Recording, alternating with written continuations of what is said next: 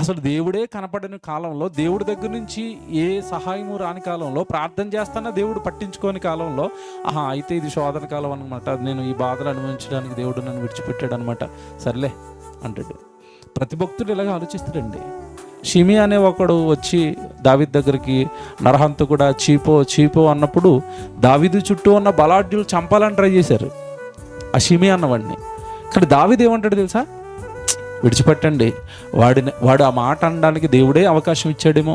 నేను చేసిన పని బాగోలేదు కదా, నేను పాపం చేశాను కదా, సో ఇప్పుడు నా పీరియడ్, ఇప్పుడున్న నేను ప్రస్తుత కాలం అంతా నేను తప్పు చేసి దేవుడి వలన శిక్ష అనుభవిస్తున్న కాలం ఇది.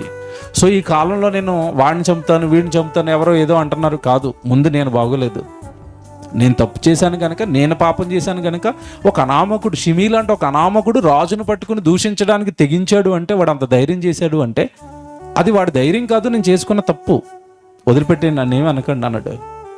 అంటే ప్రతి భక్తుడి జీవితంలోనూ దేవుడు పరీక్షించే కాలం ఉంటుంది అన్నది వాళ్ళు బాగా గుర్తించగలిగారు.